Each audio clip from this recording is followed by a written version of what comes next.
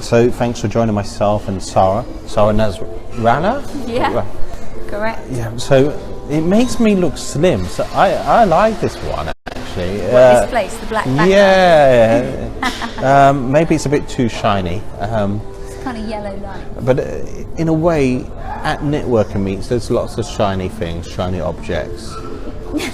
So when I say that, I'm referring to, yes, you can be distracted and forget what the purpose of networking is and moving it to a different level. Yeah, I suppose you can. And, you know, what's shiny to one person at a networking meet may be different to another person. So, you know, maybe it's sometimes people you've met already, people you're comfortable in meeting. It is very easy to slip into, I suppose. And you may not use the word shiny, but whatever. Yeah, exactly. But I suppose it is very easy to slip into the habit of talking to the people that you're familiar with. I think in property, the same people move around to different networking events. I have to admit, I'm very good at that. Where I know, talking to the people you're comfortable yeah. Well, I noticed the other night you were quite open. Maybe it made a difference because you were hosting that evening as well. So maybe people want to connect with you as well. I do think it helps. I think it helps if you're ever. The two times I've done it, hosting or on the panel, people do approach you, and so that's easy. But I also think it's about being open and wanting to talk to people. I still talk to all the people I know because I think it's really important to deepen that relationship. Otherwise, you'll only ever have a relationship on a certain level. But then I do make the effort to connect with more each evening. I don't go around with my business card being like, talk to me, talk to me, talk to me, or with a set number that I want to get. But I try and meet, say, 3 or 4 new people and have actually a meaningful conversation with them. And then the next time you meet them, you have a more meaningful conversation, and it deepens that their understanding of you, and they get a sense of who you are. And then I think people buy into you, whether that's for partnerships or for future endeavours, or connecting you to something that you need. I do a lot of that as well. I do a lot of connecting people, I think. Sure. Okay, so that's interesting. So taking that relationship further, so you meet someone at a networking meet, may or may not be what you're looking to do. You know, they may be doing a different strategy, for example. I know your strategy right now is focused on sites for development. Are you looking at any particular geographical area? We're focusing on East London and out, so out as far as Essex and up to Hertfordshire as well. So it's quite a wide location, but that is really our focus. It sounds like it's almost like a clean sweep. A clean sweep. Now, so geographically, East London, Essex.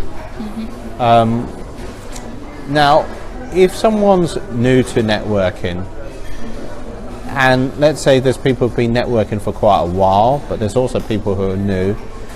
Okay, you know, people hear about having goals, maybe, you know, connect with a certain amount of people at that meet.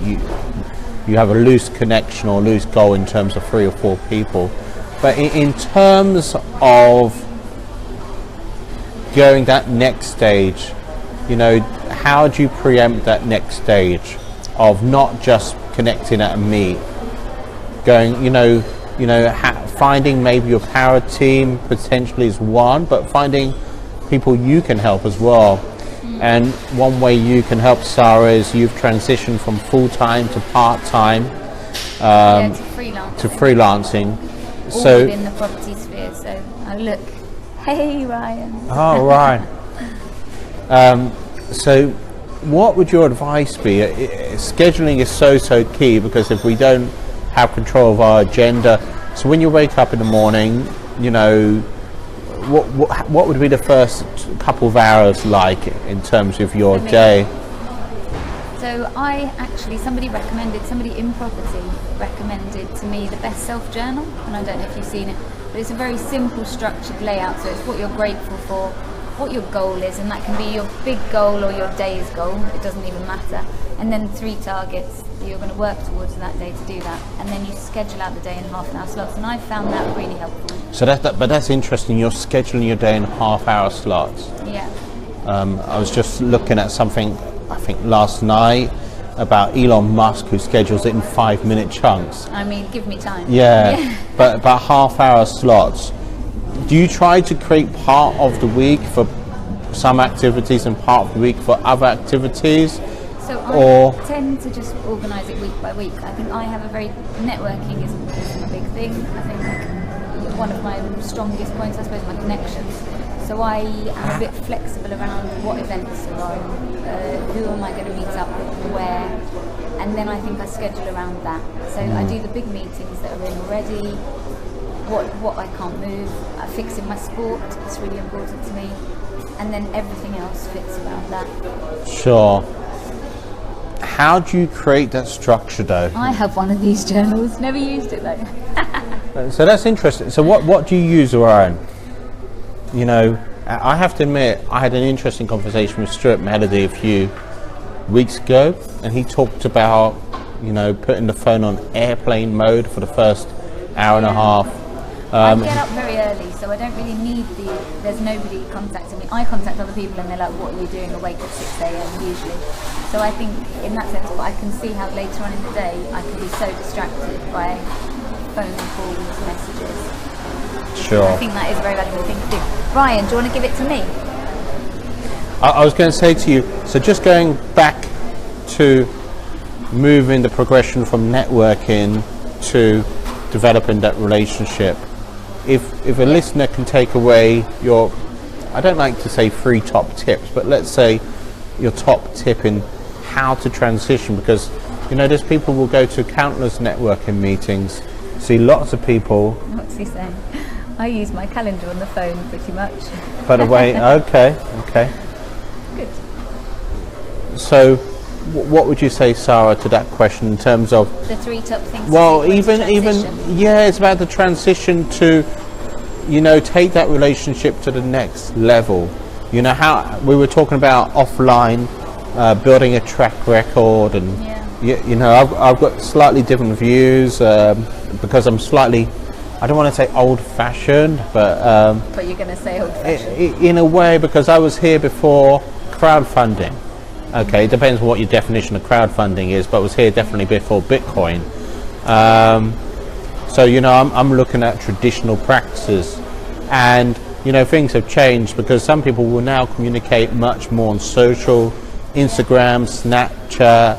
You know, for myself, it was Facebook for many years, and then LinkedIn and Twitter and so forth. But, you know, you're probably using Instagram and so forth. Yeah, and I use social media.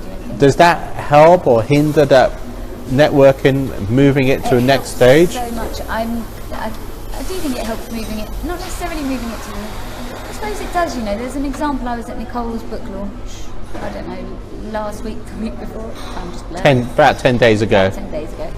And there was somebody I met there, a really nice guy. I posted something on Instagram story last night. He messaged me directly, just like, oh, I did the same thing, it's quite scary or something, whatever it might be. And then I replied, but that you wouldn't, I would have otherwise met him, maybe or maybe not. There isn't necessarily a direct correlation between us, how we're going to work together, but it just deepens it. You have a chat, it's quite relaxed, it's casual, and then from there you can see, I'll track him now more closely, I'm sure he'll watch me. If there's synergy, we'll meet up. But my three key things, I think, firstly would be focus. I think you need to know what you're looking for. So if you know what you're lacking, you can find that mirror, I think. And so then when you meet with people, you can be quite clear on, are you going to provide me with what I need? Are you not? And then from there, it's, can I provide you with some value? Because it's no good if I'm just going to take everything from you. I need to be able to give value back. And then there's another side to it, is could we just be accountability partners? If not, so it's something very clear. Is there a need I have? Could we be, is there a way that's that a good question about accountability partners. Because that's also really valuable. I'm not going to, but we will grow together and we'll both watch each other grow, and it will be really rewarding. Look, there's only one, I don't know what my other two would be.